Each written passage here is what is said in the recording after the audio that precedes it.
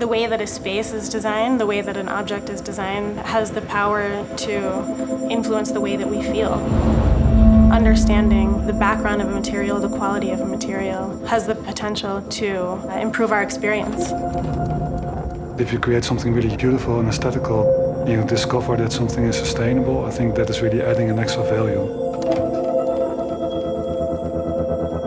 From the outside it looks really robust, and it really doesn't tell you that it's an electric car. One of the lovelier features of the car is the fact that the doors open outwards, which allows you to transition from the outdoor environment to the interior environment. It's designed almost as a living space. Using recycled materials like the cork and the PET textiles, they look of high quality, so you also don't notice in the first instant that it's recycled.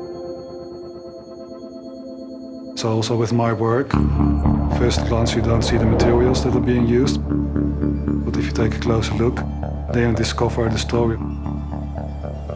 Materiality is something that's really important for me in my own work, and you can see that that is important also when you look at the car.